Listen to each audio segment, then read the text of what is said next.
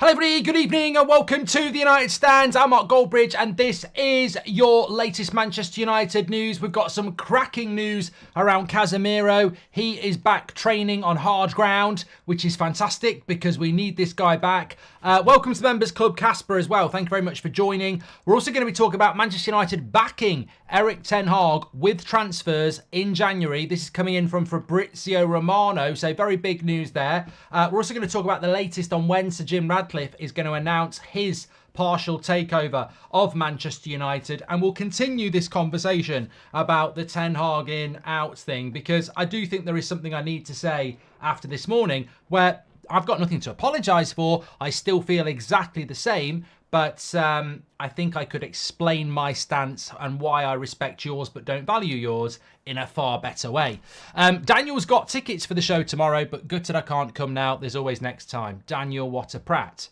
There's literally people wanting tickets. Unlucky, Daniel. Well, unless your cat's died or something, in which case, rest in peace. But sorry to hear that, Daniel. Yeah. Let's move on. Let's get on with the show. We did a poll this morning, Scotty. It was 66% supporting Erik ten Hag. And the club clearly do support Erik ten Hag. This is no surprise. Manchester United are firmly behind Erik ten Hag.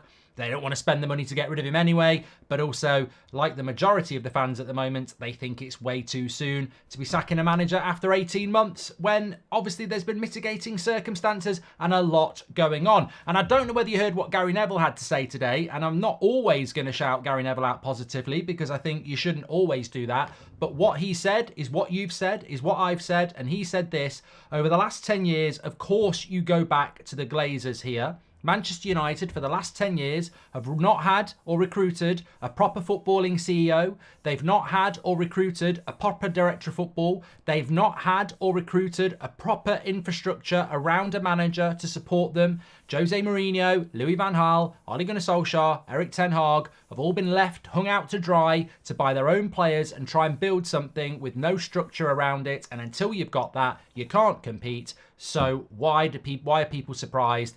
You know, we've seen this happen 4 or 5 times now, and it's happening again. And I think he's right. I think he's right on that. But this is what Fabrizio Romano has had to say. Manchester United are expected to do business in the January transfer market, despite Erik ten Hag's statement that he's not expecting it. The scouting department and the people in charge currently with Erik ten Hag are discussing names behind the scenes, including Malen at Dortmund, Guirassy at, is he at Stuttgart? I think he is. Timo Werner at Leipzig, but also in defence, they're waiting to know what Lisandro Martinez availability is going to be next month, because they may well look at other centre-backs like Todibo, etc. So this is a positive. I think that regardless of what Erik ten Hag is saying, that Manchester United have to spend in January. I think any football club that's serious, and I think if Sir Jim Ratcliffe is serious, he has to come in and spend. If you were CEO, if you were director of football, if you were 25% partial owner, you can't afford to wait. We've ignored January transfer windows for too long, and we've got to do some business. We're 6 points off 4th place now, with Man City winning today. We could be out of Europe on Tuesday, and the season could very quickly descend into a farce where we're playing Conference League football next season or no European football, which would be catastrophic financially. So January is not an opportunity to miss. I think Newcastle, Spurs, Aston Villa, Liverpool, Arsenal, Manchester City, Brighton, Newcastle are all going to use this January transfer window, and Manchester United cannot refuse to look at it. A lot of people quite rightly moaning yesterday that Martial started without actually realising what else is he supposed to do. Rasmus was not capable of starting the game yesterday if you want him to be fit for Bayern. He can't play 3 games in 6 days. He's nursing an injury. So he's recovering from an injury. So you have to play Martial. And he tried to get rid of Martial in the summer. So we do have to back him in January, 100%. Mario Franco says, all I want is open heart surgery. I don't care which players must be sold. We need leadership from above and a sporting direction, and we need competence, says Mario. Hi Mark, I got an email inviting me to the auditions tomorrow, but still I haven't reviewed any information about a time or place. Should I have received any info, says Izzy. I will check those emails. They should have gone out. I will check those straight after the show. Thank you very much, Izzy. And it was a very good audition as well. Thank you very much. Why does that prat Piers Morgan have such an obsession over us? He should be talking about his own club, but no one would listen to him if he does, says Asher. Mate, file Piers Morgan in the drawer coward. Like, I've called him out so many times, and he always loses, and he never wants a proper conversation. He should stick to interviewing royals and prats from social media, because that's his level. How many rooms or managers that smell of shit do we have to go through as a club before we check our own shoes, says Asher. And I'm still Ten Hag in, but not blind. Last night clearly put himself above the club with subbing Evans instead of Varane. Childish stubbornness as space. And remember when Van Gaal said he bought Martial to benefit future managers, says Chris. So if you're just tuning in, this is interesting news that Fabrizio Romano says that despite Ten Hag playing down activity in January, Manchester United will do activity in January, and they are looking at numerous options, primarily around strikers in Germany, with Malen, Werner and Guirassy being mentioned. I like all three because they're cheap and they can do a job for us between January and the summer. And goals win games, and that's that. I have nothing else to say. It is that. For me, it would be Werner or Guirassy. I think we need some striking options at Manchester United, without a shadow of a doubt. And of course, as I started the show, Casemiro back training on the grass. Doesn't mean he's going to be ready for Liverpool or anything like that, but we desperately do need Casemiro back. I mean, even if Casemiro is back for the West Ham game, which is 2 weeks' time, that would be incredible, incredible. I don't know what the prognosis is on Casemiro. I know it was a hamstring injury, but if he's actually back training now, the thing about hamstrings are, I have had one many years ago. I have still got one. I've injured one a few years ago. Is that if you're back training, you're not far off. It's not like an ankle or a knee where, you know, it's ligaments and you've got to take it easy. With a hamstring, you can either start running or you can't. And if you start running too soon, you'll be injured very quickly. So if he's back training, I don't think he's that far away. I wouldn't bring him back for the Liverpool game, if I'm being honest. I actually don't massively care about the Liverpool result, in the sense that I think I would have predicted we'd lose this in the summer. I'd predict that we'd lose it today. I predict that we'll lose it on Sunday. I'd have predicted that we would lose it after Chelsea. I think we're going to lose this game. I just don't think we're good enough to beat Liverpool. So for me, it's not about, I don't want to rush Casemiro back for that. If he's available, great, but I don't want to rush him back for it.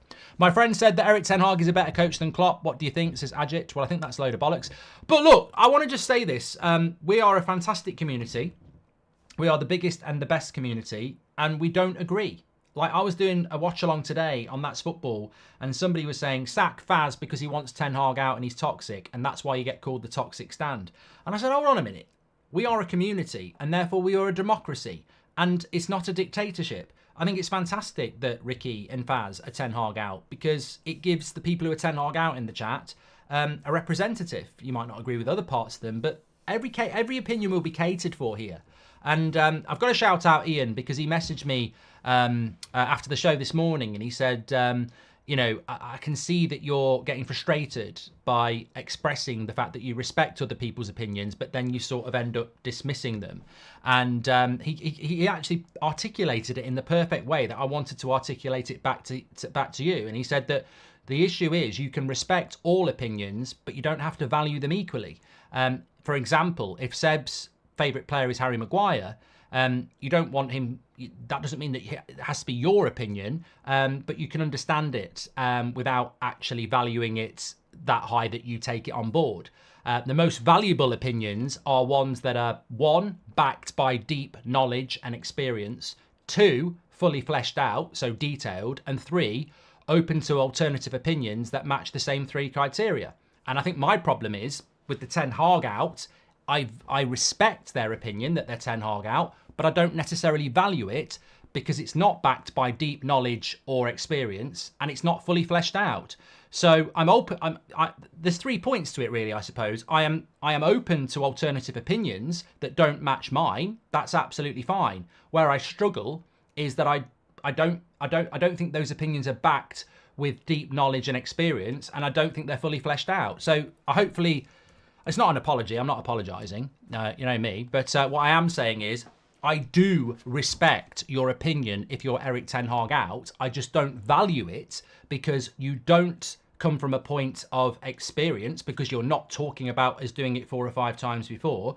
And more important of all, it's not a fully fleshed out opinion because nobody will say, I want Ten Hag out and I want the club to do this, this and this. They're just going Ten Hag out. So whilst I respect that, I don't really value it because it's just a statement. I want Ten Hag out. You know, I like garden peas. My favourite colour is red. Why?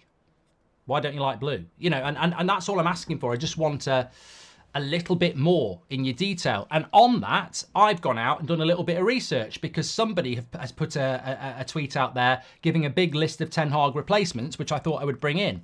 Will the Christmas show be live on YouTube? Well, it won't be live, but it will be going up on the members section. Mark, I believe you're honest, but I feel you're not giving the Evans any attention because that brings Ten Hag ego over club to the spotlight. It's a space. I don't know what that means, but maybe you can clarify it.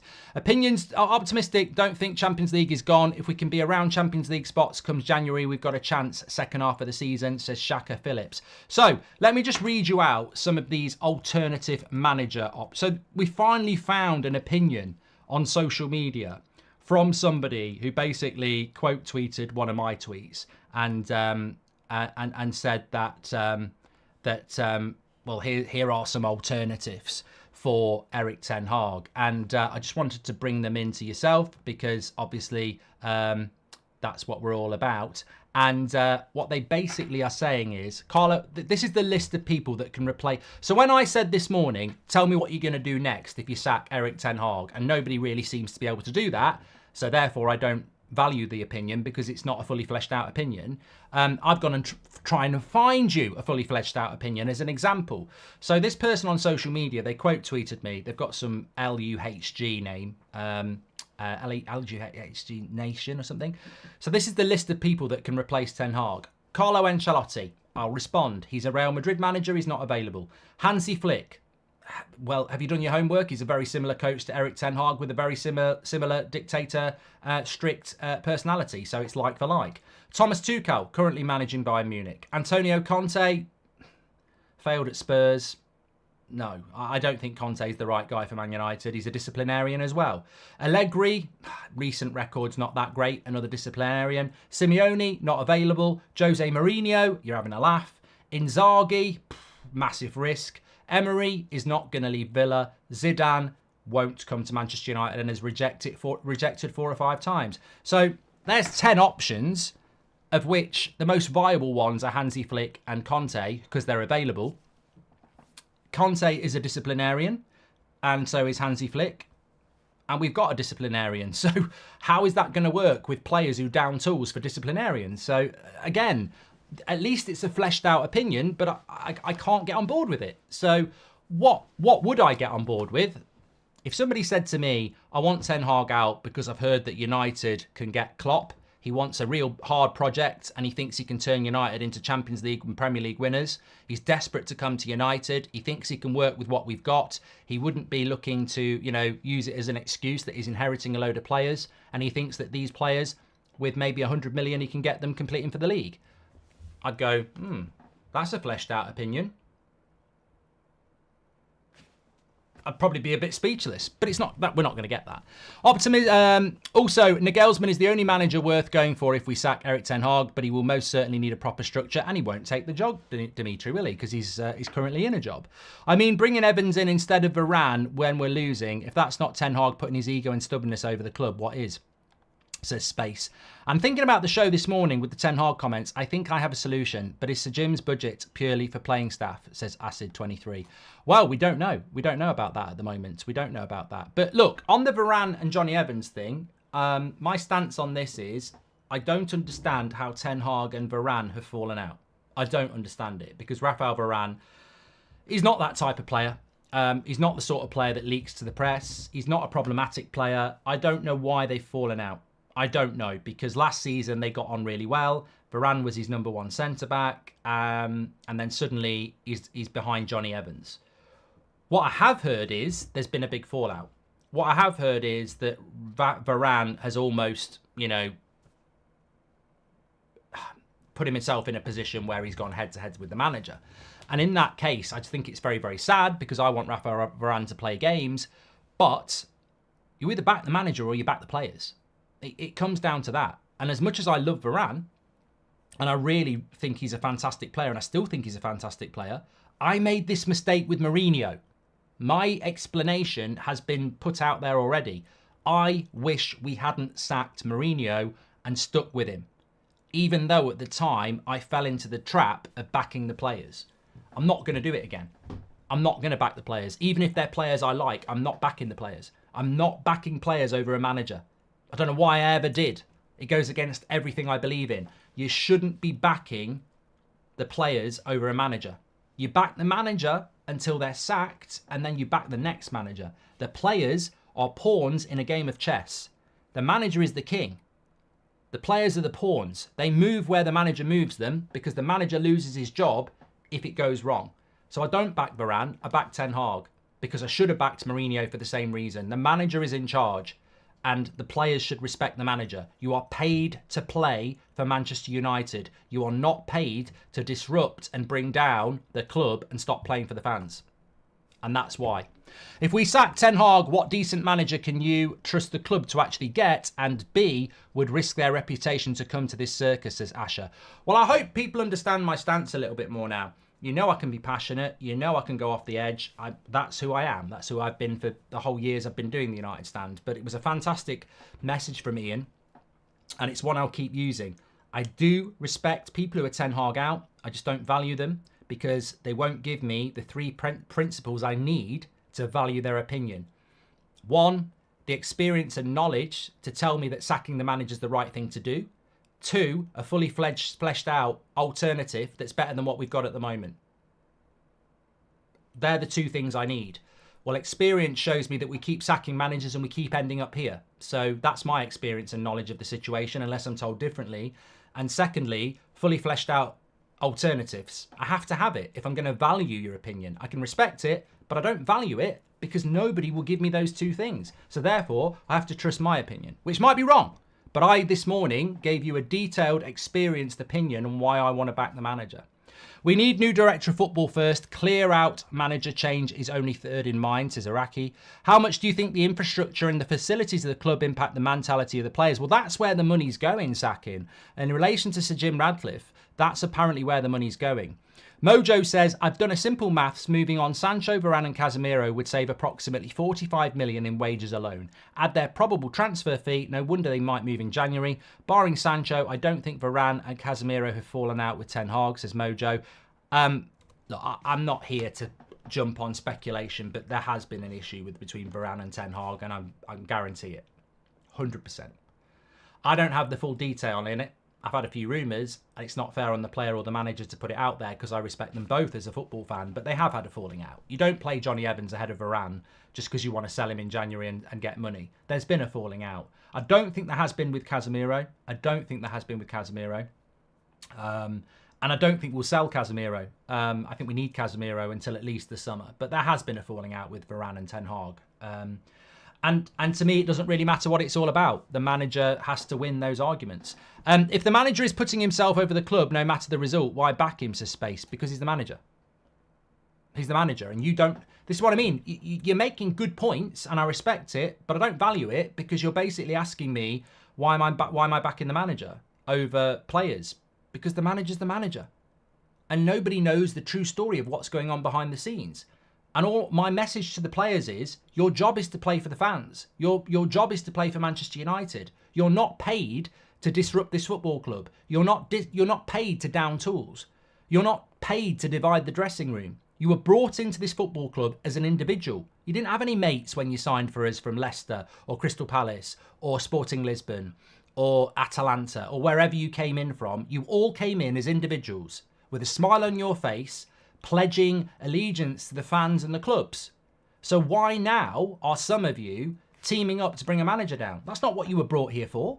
You were brought as an individual to play for football for Manchester United. And that is what your job is. Your job is not to decide that this is not the manager and you're going to down tools. Because when you're down tools for the manager, you're down tools for the fans.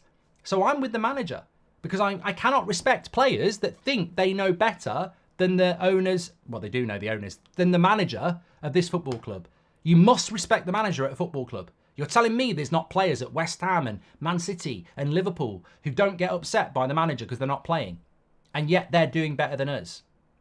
Let me clarify, Mark. It's not necessarily backing Ten Hag. He's backing the manager to get the rot out. Manager just happens to be Ten Hag, says M. Barker. Thank you very much. Let me just try and catch up with some of these as well. Mark, I bought bloody tickets. I'm taking my boys to watch Villa beat United at Old Trafford. This club's breaking me, says Nicholas. Nice Boxing Day, though. And the manager's job is to get results. If he chooses his ego when we need results, then your argument is one-sided. Space, can you stop contributing because you're not actually adding anything? Richard Mugford, welcome to the Members Club. I'm not being rude to Space, but he keeps saying the same thing over and over again. Unless somebody else can understand what he's saying differently. He's basically saying if the manager's getting bad results, why would you back the manager over players? He's the manager of the football club. I think you need to listen to what's being said. The Inquisition says, it's Ten Hag or bust for me. His signing was one of the rare decisions the club has made that I respect. If the club continue to back him and the longer he remains on the job, the less player power will happen, says the Inquisition. Exactly. Well, look, I mean, one of the bigger pictures that's going on here is that there is clearly a handbrake on at Manchester United, and it's been on for a year. The Glazers are just licking their lips at the money they're going to get for a percentage from this football club, and that's their priority. We were meant to hear about Sir Jim Radcliffe's 25% a month ago, and we still haven't. It's not being announced tomorrow. It's probably not being announced this week. Next week is the week before Christmas. If it doesn't happen next week, it won't happen till the new year. So into 2024... we still don't have an announcement on who is, what Sir Jim Radcliffe's coming in to do. And by that time, we might have lost another 2 or 3 games and we might miss out on the January transfer window. So when we're looking to apportion blame here, I'm with Gary Neville. I'm with you. There is a huge amount of blame to be apportioned to the Glazers who have spent 12 months oiling themselves up for a payout, whilst the club has basically had a handbrake on. It's the club, we haven't even got a proper CEO at the moment. We've got a stand-in. The club, we've got a director of football that's probably going to get the sack. I mean, yes, you can pick on the players, quite rightly. Yes, the manager has a big responsibility for the results. But what's going on above that is a bloody mess. It's a building site. And everyone's down tools there because they're waiting to find out what the plans are. It's incredible. It's incredible.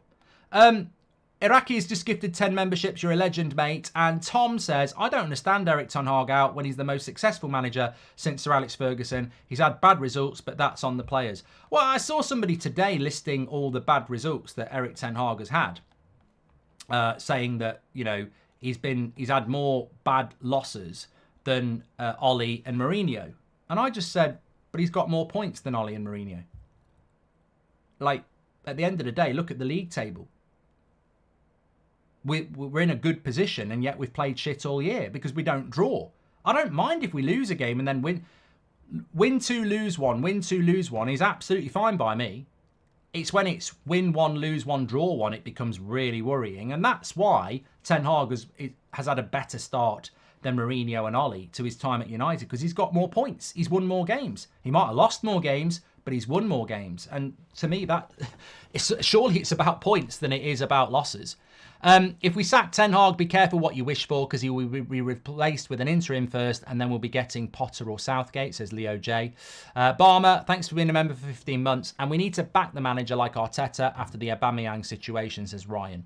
I think, look, the big concern I have about Eric Ten Hag, and I have to say it, is what's going to happen with Rashford, what's going to happen with McTominay, and what's going to happen with Onana and Mount. They're my 4 biggest concerns, because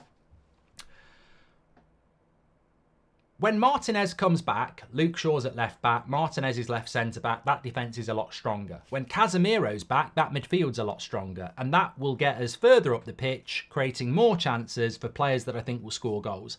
I think we'll become a better team overnight when we've got Casemiro and Martinez back, because I think they're not speculative, they are proven big players. Both players last year were contenders for Player of the Year. I remember doing the show. Who are your contenders for Player of the Year? Casemiro was number 1. Martinez was in there. Rashford was in there, and I can't remember who the fourth one was. Maybe somebody said De Gea, I don't know. But the vast majority had Martinez and Casemiro in their top three.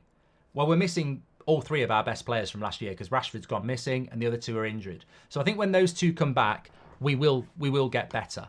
But what I am concerned about, and we're going to talk about this on the stage with Ben Foster tomorrow, so we'll probably get really good answers because I'll give him a couple of beers before. I really want his proper opinion on Onana. We've also got a big problem with Scott McTominay. Like, I've seen him more than Eric. I know exactly what he is. He's Ron Seal. He does exactly what he says on the tin. If he gets a chance in the box, he's very good. Outside of the box, he's a waste of time. But Ten Hag keeps picking him. It could sack him. And I repeat what I said this morning. I'm Ten Hag in for every reason I've explained to you for weeks and years. But, well, not years, because he's not been there that long. But I can't disrespect people who are saying Ten Hag out, even though they don't have any real alternatives or opinion or data or information that makes me value that opinion. I can't ignore the fact that some people have a right to be Ten Hag out because some people are very, I don't care what happens, get rid of him. They're probably the same people who are saying, I'd rather be out of Europe than play Europa League next month. I think that's incredible because we need money. But I respect it. I don't value it. I've said that before. But what I will say is, I can't refuse the possibility that Ten Hag is on the journey to being sacked. Because the same thing happened to Van Gaal, the same thing happened to Jose, the same thing happened to Ollie, and there is a theme. I don't want him to be sacked because I don't want to do what we've done before. But it's happened 3 times before, so it could easily happen again. He could be on the road to being sacked. And if he does get sacked, I would look at it and go, I don't agree with it, and I'll be very vocal about it. But if he does get the sack, what I will say is maybe, just maybe, decisions like Onana, instead of keeping De Gea for another year, decisions like picking McTominay all the time just because he might score a goal, will cost him his job. Is the gym takeover still happening? At this point, I only expect it because I hear you talk about it. Delay is insane. It's definitely still happening, Iraqi. It's definitely still happening.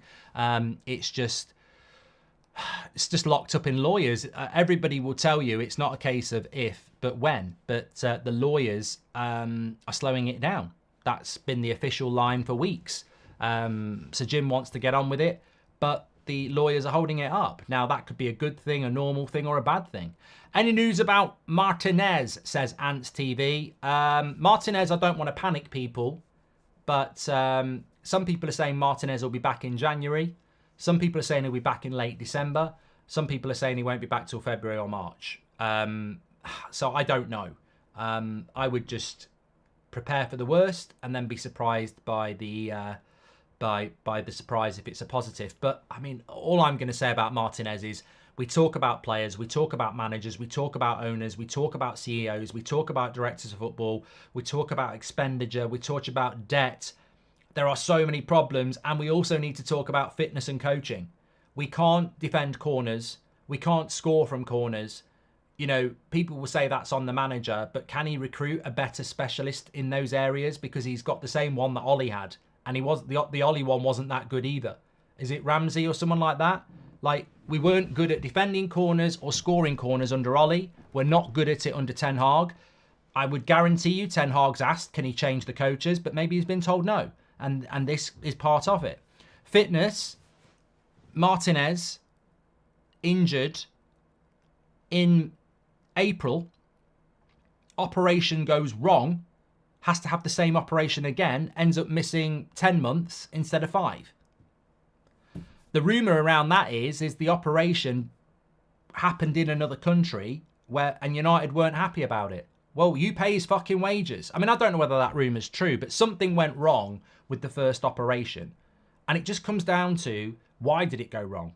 And he's a Man United player. So Man United should not be out of the loop on these operations. Now, players sometimes say, I want to go here and have the operation, but we're the fucking owner of that player. What's gone wrong there? Hi, Mark. I agree Eric Ten Hag needs more time. However, Ange has been a success at Manchester United, at many clubs, and also at national level. His salary at Spurs is in with really... Right, okay, Tom, I'm going to be calm here. You've given us a fleshed-out alternative, okay? And I respect that. So Tom is saying, let's get Ange. I'm saying you've got no chance, Tom, because Ange is going to cost you millions, even if he wants to come. It's going to cost us millions to get rid of Ten Hag. Manchester United, Tom, are in hundreds of millions of pounds of debt. They also owe hundreds of millions of pounds in transfers for players they've already bought. They cannot afford to pay Ten Hag off 10, 20 million and then get Ange out of a contract at Spurs he's only just signed another 20, 30 million. We can't afford that. That's even if he wants to do it. Mark, can I ask you who you would sign in January, says Leo. Look, the January transfer, of course you can. The January transfer window to me. And can I just say, Tom, brilliant comment, because he's actually given us something to alternatively discuss, which is absolutely fine. I just don't think it's possible. In relation to the January transfer window, I'll be very honest on this one. The January transfer window is what you can get. Remember Thuram last year? Remember Kamara a couple of years before? Zakaria? Didn't do any of them, but they were what was available cheap or free. In the summer, you can go for anything. If you've got the money, you can get anything in the summer. In January, you can't. There'll be clubs that say, I don't care. You're not doing the deal. So I think in the January transfer window, you've got to go and get what you can get. Look, this Guirassy might be worth it for 15 million euros.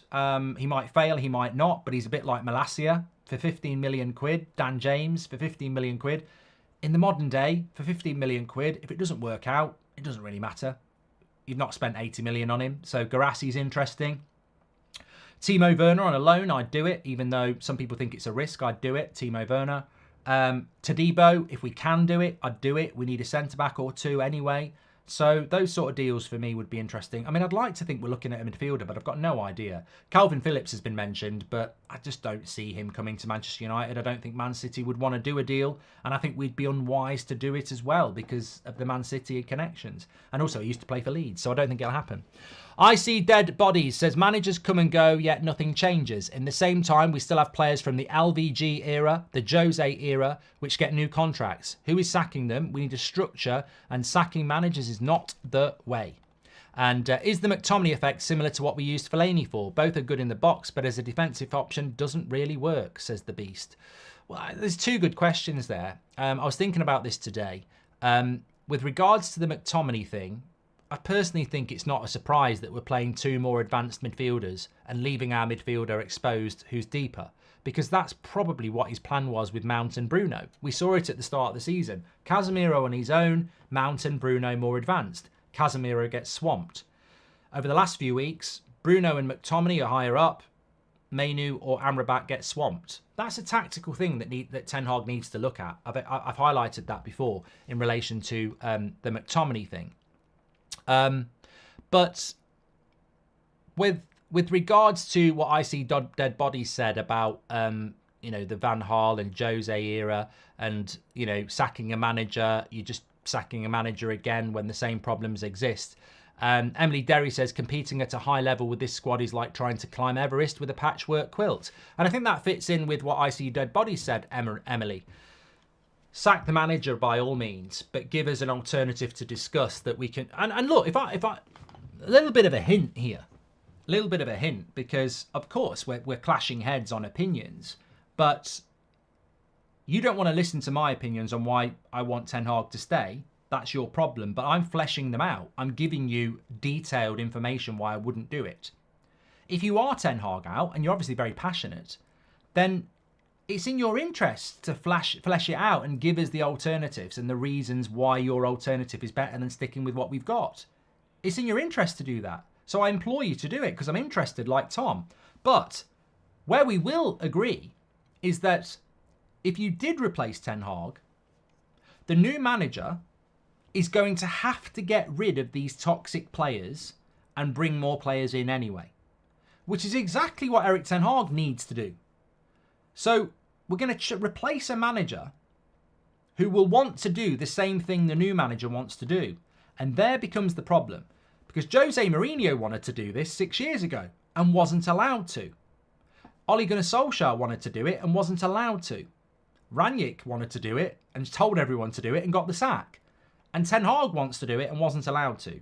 Look at last summer, 3 or 4 players that Ten Hag wanted to get rid of that are still here, and 4 of them were in the matchday squad on Saturday. Look at Jose Mourinho when he wanted to get rid of Pogba, Martial and a couple of others and wasn't allowed to. So we can change the manager by all means, but the next manager will want to come in and replace some of these players. But if they're not allowed to, like Ten Hag wasn't, and Jose wasn't, and Ollie wasn't, what is the point in replacing the manager? And if the club are now saying we will get rid of those players, well, you may as well get rid of them for Ten Hag. Because until we get rid of these players, no manager is going to succeed. But in fairness to the players, it's the club that refuses to get rid of them. Remember Marcus Rojo. Remember Romero. Players that stayed probably 2-3 years longer than they should have done because United wouldn't sell them. This has been going on for probably 10 years. We don't get rid of players because we're scared, because no one wants them, that we have to pay them off because we gave them stupid money in the first place. Look, Harry Maguire's just won Player of the Month. He's playing well at the moment, but he didn't go to West Ham because United wouldn't pay his wages off. West Ham offered the price that United accepted. It was 30 million quid. Man United wanted him to go. West Ham wanted to sign him. Maguire wanted to go. Well, Maguire didn't want to go, but Maguire was willing to go if United gave him the balance of his wages because West Ham couldn't pay the 200 grand a week. United said no. So you've got Eric Ten Hag there saying, right, okay, I've had a meeting with this lad. I've told him he's not my captain, and I've told him he can go. There's a club there where an agreement can be done, but we're not going to do the agreement because you won't pay the proportion of his wages. And that's probably 90% of the story. You can't blame Maguire for that. In fact, you can applaud Maguire for getting his head down and working hard. You can't blame Ten Hag for that because he's trying to replace a player. And let's not forget, if Maguire had gone, we'd have Todibo already. So it's not Maguire's fault. It's not Ten Hag's fault. So whose fault is it? It's the fucking owners, isn't it? You've got a player and a deal and a transfer fee and a replacement lined up, and we end up doing nothing. But you want to sack the manager. If Maguire had gone, we'd have had Todibo or Pavard. Now, they might have flopped. They might have been a major success. But this happens all the time. It happened with Jose. It certainly happened with Ten Hag. Deals are there to be done, and the club fuck it up. What's the update on Malacia? He is missing since pre-season, and we aren't sure of his injury. Malacia is very similar to Martinez. Operation, didn't work, another operation. Yeah. But you know what? This is multifaceted. Be very open-minded about the problems at United, and beware people who get lost in emotion and scream things out, but don't flesh it out, or use their experience and knowledge of what this club is all about. The results are unacceptable. Some of the selections are unacceptable. The players downing tools is completely unacceptable. But there are other issues. There are a previous summer transfer window when 4 players who were in the matchday squad on Saturday should have been gone, and we could have raised 90 million quid and replaced them. But we didn't, not because of the players, not because of Ten Hag, but because the club did what the club do. Nah, we're not doing that deal. Crack on. I mean, how many players over the last 6-7 years have managers tried to sell and the club have said no? I mean, we've got players in the matchday squad for Bayern Munich that Mourinho tried to sell. For God's sake. Some of these players, managers have been trying to get rid of 3 or 4 transfer windows, summer transfer windows, and they're still here. You can't... This is what Gary Neville's saying, this is what I'm saying, this is what you're saying. There is so much broken with this football club that we will not fix by sacking a manager. Eman, welcome to Members Club. And can I just say, Mojo, on the eve of the United Stand Christmas show tomorrow, you are the star because you have just gifted 50 United Stand memberships. I mean, we're not worthy. This guy is a legend of the chat. Let's get some love for Mojo. What a legend. Absolutely amazing. 50 memberships. Unbelievable. I'll be doing that more on the run up to Christmas, but I don't want to take it away from Mojo. Absolutely incredible. Min, who is a member for 17 months, says, how did Ten Hag turn this around? It's quite impossible to sell 23 players. It's going to take ages, Min. It's going to take absolutely ages. Manchester United are competing with Aston Villa, which are a better run club than us, Newcastle, who are better run and wealthier than us, Man City, who are way better run than us and way wealthier than us, Liverpool, who are better run than us and have got a better squad than us and a better manager than us, Arsenal, who have turned it around completely with patience and infrastructure and are better than us, that's 5. Spurs are on the pathway. Brighton are on the pathway. That's 7. So there's 5 clubs in the Premier League that are way better than us. And I'm not talking about team and manager. I'm talking about how they're run, infrastructure, recruitment, facilities, the whole lot. So whether you sack Ten Hag or you don't, and I implore you don't, because I don't think it's the problem. I think it's a problem, but I don't think it's the big problem. If you sack Ten Hag or not, there's no magic bullet. There's no magic pill. There's no magic potion. There is nothing that is going to change this around in a short period of time. You might get a little bounce. You might get what I call a little Ollie bounce, where the players go, yay, we've got rid of another manager. Let's play for Carricky and Ollie. And they go and beat teams for a few weeks. But they'll be back to normal in no time. I mean, look, as I say, look, I'm not individualising this. I'm a big fan of Marcus Rashford.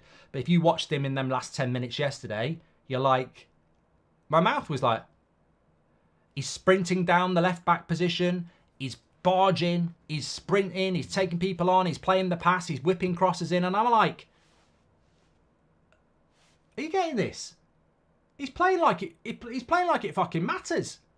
And for the last 4 months, we haven't seen it. So don't tell me these players aren't capable of a little new manager bounce. Of course they are. I've seen it yesterday with Rashford. I saw it on Wednesday night with other players. They can switch it on. They can switch it on, but they can't keep it on. So if we get a new manager and there's a little bounce and everyone goes, we were right to sack Ten Hag, I guarantee you in a couple of months we'll be going, it's the same old shit again, because we're not learning. So I think whatever happens, Ten Hag or replacement, it will take a very long time to start competing with Aston Villa and Liverpool and Arsenal, let alone Man City and Newcastle, because we won't have the money to compete with them. But it's going to take a long time. You've got to eradicate the toxicity. You've got to rebuild the mentality and infrastructure and philosophy within the club from top to bottom. That includes the CEO, that includes the director of football, that includes fitness, it includes coaching. The whole football club has got to learn to be a football club again. And I think it could take 3-5 years. Hi, Mark. The way Amrabat dropped back between the centre-backs, would you take Chan from Dortmund for Sancho? He's aggressive. He won't come, Jason. He's already said he would never play for Man United because he played for Liverpool. David Howarth, welcome to the Members Club. But no, good suggestion. But, you know, sometimes there's a logical answer to it. Emily says, sacking the manager could make things worse. I wouldn't want to restart a project with less funds and more competition. And you told us in the summer when we were saying Glazers out that when the season starts and results aren't going our way because we didn't get the players we wanted, supporters are going to say manager out. But Milton, that's just, you're right. And respect to those people who remember that and respect to those people who are aware of that. But I've played the game. You've played the game. We've played the game. And this is what Ian was on about respecting opinions, but not valuing them because they're not backed up with sound knowledge and experience. And that's what I'm talking about. The people who are Ten Hag out, in my mind, the way I think about it is, they're exactly what I predicted was going to happen. I said it in the summer to you. The Glazers have caused this. The summer's shit. I gave the summer 3 out of 10. I love the signing of Rasmus, but I gave the summer 3 out of 10. I wasn't happy with that summer transfer window. We didn't, primarily because we didn't sell enough. We kept a load of players that I think we should have got rid of. So I gave that summer a 3 out of 10. I also said before we kicked a ball, we'll get our arse kicked a few times this season. And I also said we need to remember who caused this because when the results go bad, we'll turn on the manager. I ain't a fucking philosopher. You know, I'm not that guy who predicts everything. What was his name? Nostradamus or something like that. I'm just a normal human being with the same opinions that you have, running a community that is about all sorts of opinions. But tell me where I'm wrong. The summer transfer window is shit. It was caused by the Glazers and this ongoing sale debacle. We have been handed our arse on a plate a few times this season. And fans are turning on the manager because of it. So, why did I predict that? Because I've seen it before. And that's why I said it in the summer. We need to fight very hard not to turn on the manager when the results go badly, because I predicted it in the summer and it's come to pass. We cannot be successful with what happened in the summer. It was always setting us up for a very difficult season. And I actually think this season is way more challenging than Ten Hag's first season because he hasn't got that new manager bounce where players want to play for him. He's got the second, third year syndrome, which we've seen before over the last 3 or 4 managers where the players down tools. But I don't blame the fans who were Ten Hag out because I predicted it. I could see it coming, and I'm sure many of you saw it coming. Bad results automatically put the focus on the manager. But the cause of it is the same cause of Mourinho's problems. It's the same cause as Van Gaal's problems. The lack of support in year 2. Could you compare Ten Hag's rebuild with Ange and Emery, where both other teams have developed a clear style of play, and I'm Ten Hag, says Chikorito? No, I don't think you can compare Villa and Spurs with Ten Hag because Man United are not Villa and Spurs. And Villa and Spurs don't have the problems in the dressing room that Man United have had for the last 5 to 10 years. And Man United's a much bigger club with much better played players, with bigger egos who think they can break dressing rooms down. And also, let's not forget, Pochettino at Spurs is on page 2 in 12th place. So every club has its different challenges. I don't think Emery at Chelsea would be doing the same job he's doing at Aston Villa. The expectations at Villa are lower, the infrastructure is better, the squad is tighter, and it's a perfect environment for Emery. Same at Spurs. The expectations were low, the players have been playing shit football for 3 years, and now they can express themselves, and he's doing a great job. It's not about how quickly you do it. It's about the end product. I mean, look at Arteta. Arteta, first couple of years, finished 8th twice. Now they're competing for titles. So I don't think you can look at other clubs. Well, you can, but I don't think you can really use it as a measuring rod to beat Ten Hag with or beat Poch with, because I think the enormity of the problems at Chelsea and Man United are very different to the expectations and job at Villa and Spurs. And I think Arsenal's a better gauge of what's going on with Ten Hag and Pochettino. I think Arteta's first 2 years, we saw it. Arteta, two 8th finishes in the Premier League. I mean, 8th twice. And look at where they are now. I think with bigger clubs, it tends to be a longer term project. Look at Klopp at Liverpool. But the advantage that you've got at Spurs and Villa and Newcastle with Eddie Howe is the infrastructure. Those clubs are well-run clubs. Spurs and Villa and Newcastle are well-run clubs for what they are. And I know Daniel Levy gets a lot of stick, but their signings in the summer were pretty decent. And their squad is not what it needs to be, but there's a good collection of players there.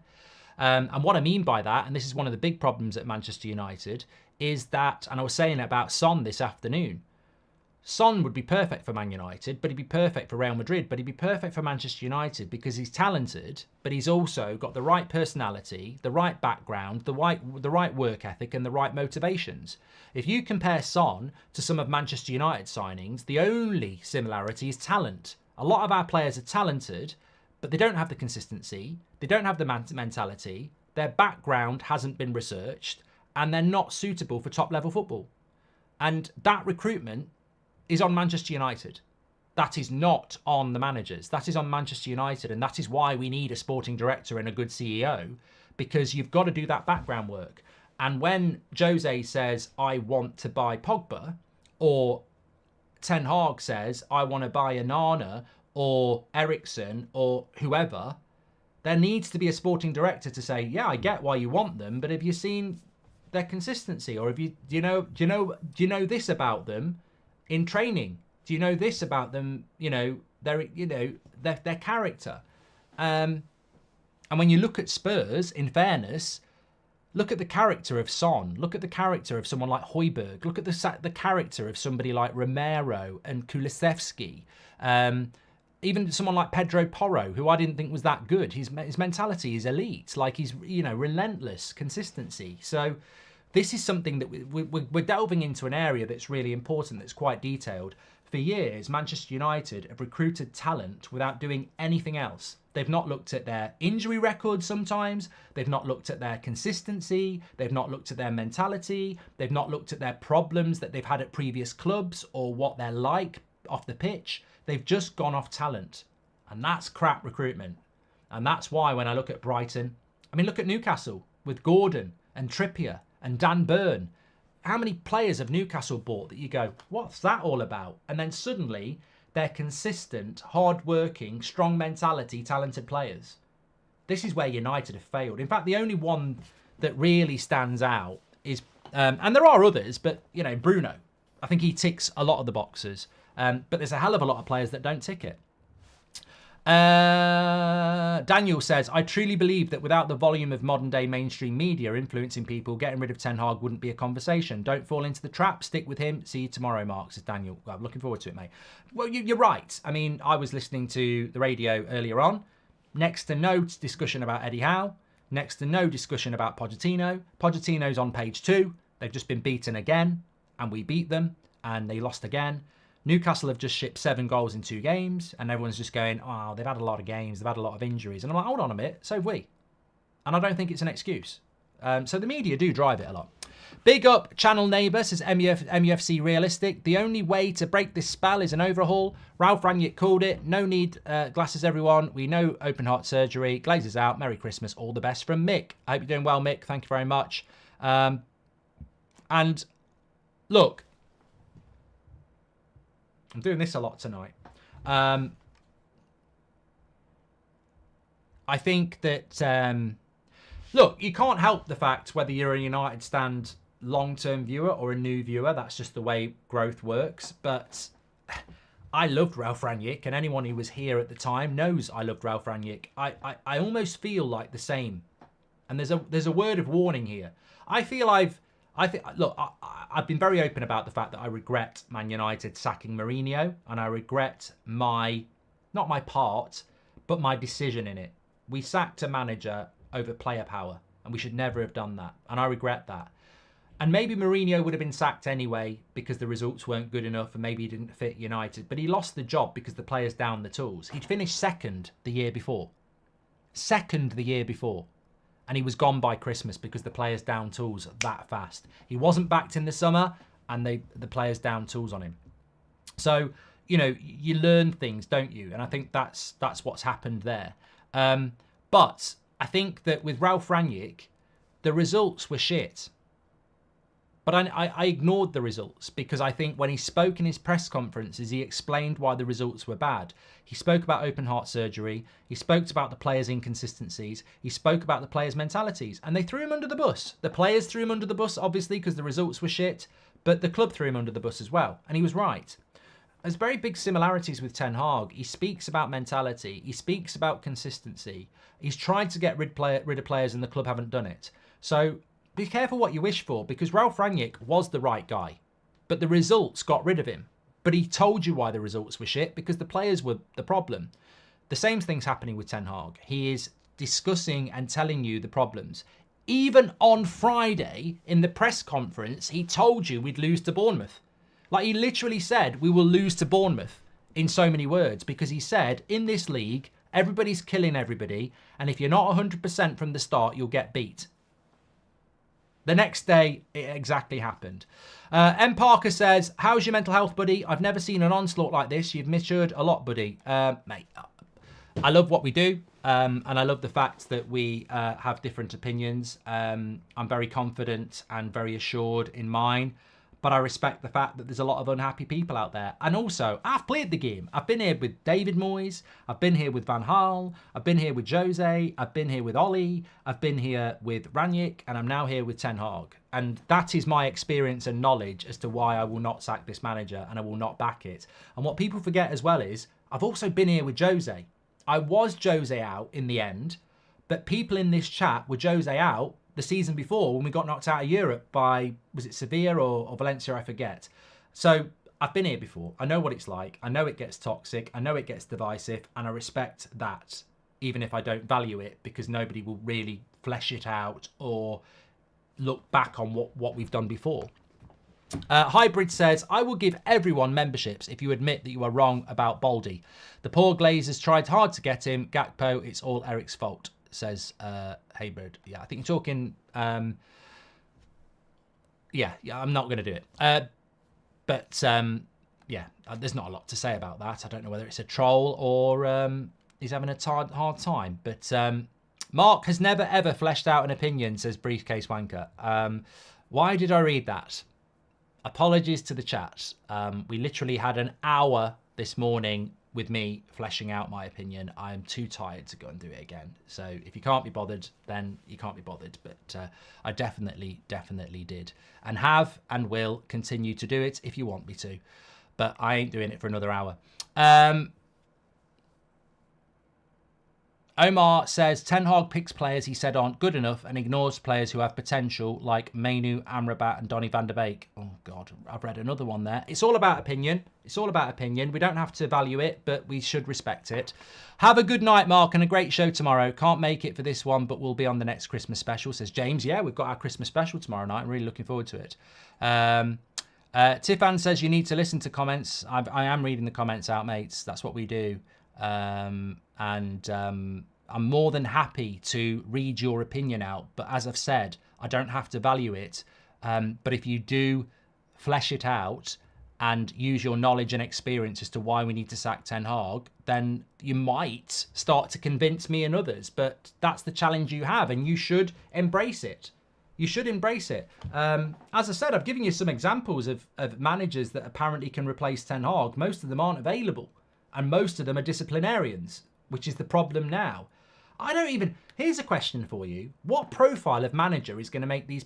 This is a great question. I wish one of you'd said it. In fact, you can have it. Let's say John Mickelson, I'm giving you this. So John Mickelson has said in the chat, we talk about keeping Ten Hag and we talk about replacing Ten Hag, but what profile of manager will make Manchester United successful with this squad?